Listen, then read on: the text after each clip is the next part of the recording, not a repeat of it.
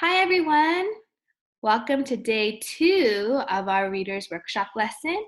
And again, we are learning about ducks. I'm so excited. I had so much fun watching the video yesterday and learning with you yesterday.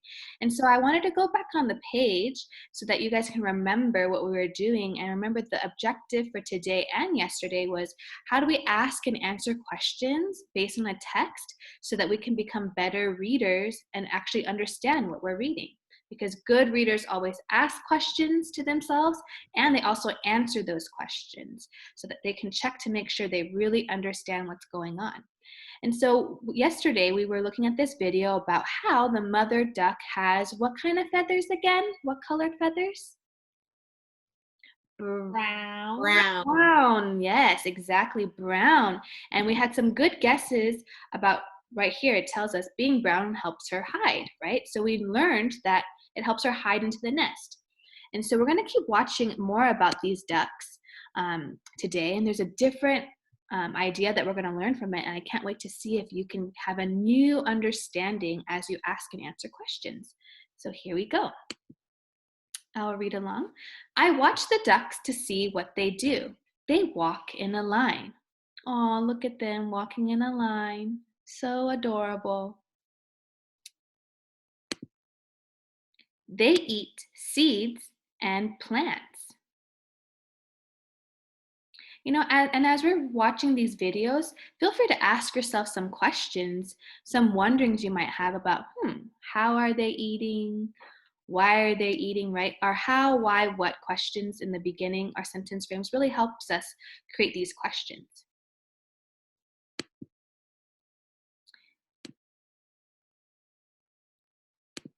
They swim in the pond using their feet as paddles.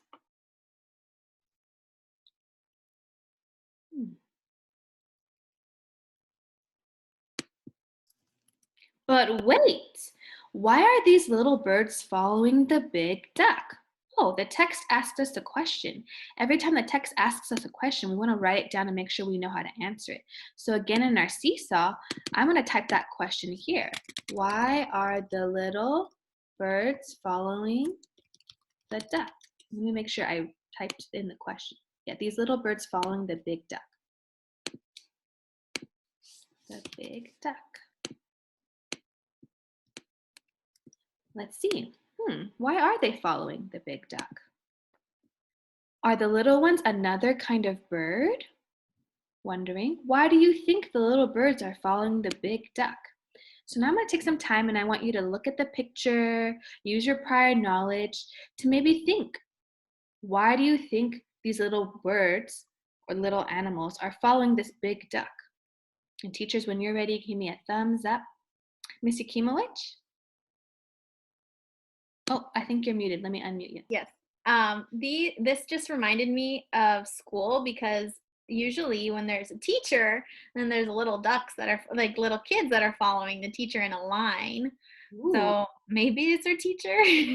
Ooh, I love how you're using your own experience to kind of give you an answer to the question because that's true. Little children do follow teachers around. So maybe But this is the teacher duck. yeah, but I know that's silly because ducks don't have teachers. So it's probably their mom. And why do you think it's their mom? Because their mom, because the big duck kind of looks like them, and I know moms take care of their babies. hmm And if we know, we can use our prior knowledge. We know it's the mom because she's brown, right? So it must be the mom because we know it's not the dad because the dad doesn't have the brown feathers. So that's a good guess. Any other teachers want to add on to that answer? Miss Hernandez? It just makes me think that the babies always follow their mothers. So in this case, I see the ducklings maybe following the mother duck. Okay, I love that. I'm going to put that in a sentence right here. So, why are the little birds following the big duck? I'm going to use Miss Yakimowicz and Miss Hernandez's answers. The little birds are following their mom. And we can even say we know they're not birds. Now we can call the little birds, little ducks are called ducklings, right? The little ducklings are following their mom. So again, this is the teacher's answer. These are our answers to the question. You might have a different idea. So feel free to make in a complete sentence what you think the answer is. So let's keep going. Let's see if they tell us. So I would encourage you to pause the video right here to write your answer first before you continue reading. That way we can really see what you were thinking before. Grandma says the big duck is the mother. Yay, we were right. The little ones are her babies. Oh, and we can see a very clear picture here. This is definitely the mother duck with her brown feathers, and they are following her in a line still. The babies are called ducklings. They follow their mother walking in a line. Let's see what they do. The ducklings eat food in the grass just like their mother. I'm already noticing a pattern. Something keeps repeating over and over again. They just seem to be always following what their mother is doing. I wonder why. Go to the next page.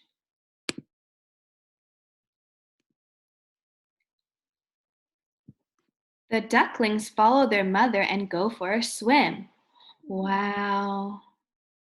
Whoa. I love. I'm sorry, Mr. Rosales? Oh, I said they're fast. Oh, Missy Kimlich, sorry. Yeah, they are fast. This reminds me of our story problem when the ducklings are going in the pond. The ducklings flap their wings just like their mother. That's cute. Wow. I wonder why they're copying their mother. So we're going to pause right here because we're going to do this activity in just a little bit. And I think we already have some questions based on the videos we were watching. So I'm going to go back and do a little, I guess, a gallery walk back into our text features as photos and see if our teachers have any questions they have based on what they were observing. So you can also follow along as we go back to the different pictures. And it's okay if there's a different order because remember nonfiction texts, the order doesn't really matter. It's more of how are our ideas organized. And so we can look at these photographs to see, do we have any other questions based on what we saw? Any wonderings?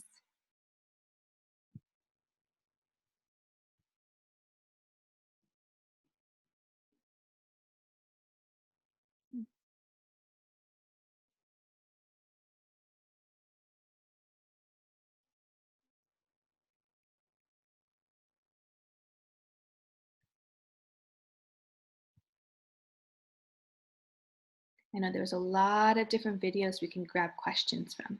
That's why I love nonfiction texts because there's always so many ideas we can learn from.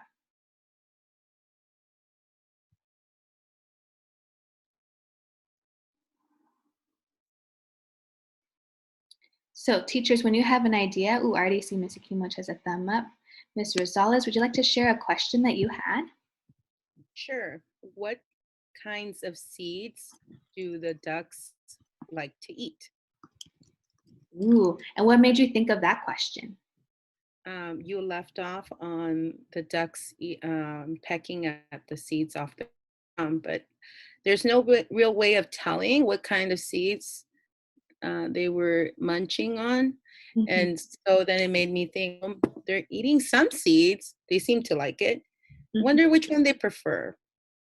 And I love how you already mentioned we can't tell from the picture, right? Some of these questions that we have, we can't answer from this text, but we might be able to research through searching online or reading other books to find out the answer. So we can write, we don't know the answer yet. Do we have another question? Ms. Hernandez? I was thinking on that page where the mother duck was flapping her wings. When I think of flapping, I think of birds actually flying, but in this case, the duck wasn't flying. She was just standing on the rock flapping her wings. So my question would be, why is a mother duck flapping her wings? I'm gonna go back to that exact page of what you're talking about. Right there. Right here. Oh yeah, why are they flapping their wings? A good question. Why they flapping their wings? And again, when we write a question, we always end with a question mark. And then let's see if we can try to answer. Do we know the answer to why they might be flapping their wings? I'm going to guess because they were in the water, maybe they're just trying to dry themselves off.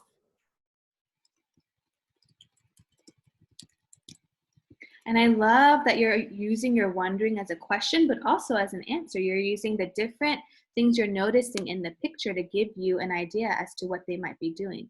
Because I can make a connection to dogs. When dogs are wet, they kind of shake their whole body to get their fur dry. And I'm wondering if that's what ducks are doing too to get their feathers dry. And they're in the sun too. So it seems like they're trying to dry themselves. Wow, I love the great ideas we came up with. So readers, remember, as we read and watch videos, there's always questions we can ask and answer to make sure we understand what's happening and to deepen our knowledge. And it's okay if we don't know the answer yet. That's why we're always learning, always growing. We can find other ways to find the answers if we can't find them in the text. So we can't wait to see what you come up with. Remember to try your best to be a brave speller. And thank you so much for joining us today. Don't forget to subscribe. Bye. Bye.